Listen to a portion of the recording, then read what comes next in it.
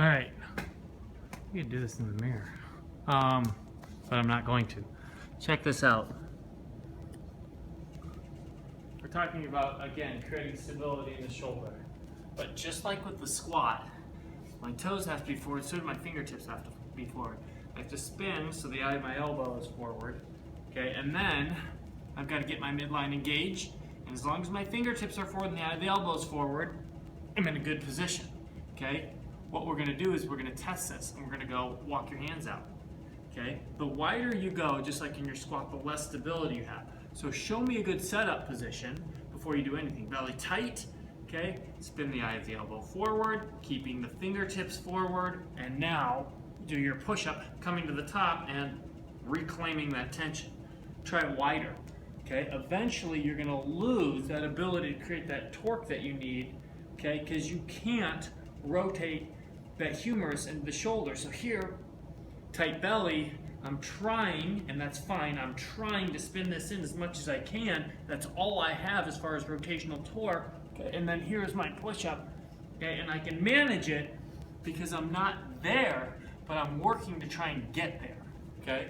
So know the difference between narrow and wide and how we have to still hunt and search for that torque and stability. Even though we might not be showing it, you're still trying to get to it. That's number one. I gotta think about number two. Hold on, let me look. Just give me 1 second. I'm with you. Hold on. So number two, that's right. We're gonna prove to you the reversal of the pelvis. And I'm pretty sure that I have one.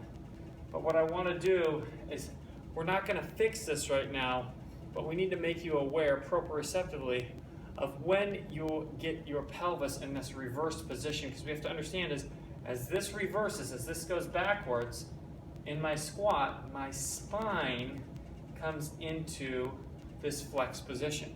And so remember, my spine was meant to move in flexion and extension, but it wasn't meant to move under load in flexion and extension. So you can probably see it on me, okay? I go down into my squat, and if I go low enough, you'll see that reversal. And what we want people to do is get a profile view to the mirror. Now this is my profile view, but we want them to understand where that takes place, and if we're going to load them, they're staying above that position. So this is just a drill and going like, okay, this is the bottom of my squat. Now what helps with that reversal is practicing ways to get that femur into the back of the hip, and we know how to do that, right? One fix is right here, this torque drill where we load up on this and drive it into the back of the hip, into the femur, okay? And the other way is to start to get targets out, get people squatting to an actual target, anything that provides this tactile cue, okay, which then, this is dangerous, but which then helps us find a target to put us in a better position. And that pulling me, that target pulling me down, usually can help so that I get a better position. I'm still reversing, but you get the idea. So those are your two things: the push-up narrow, or the push-up regular, the push-up wide. Create torque, even though we might not be able to see it. You got to fight to create it. Then let me show you where the real bottom of your squat is if you're going to load it.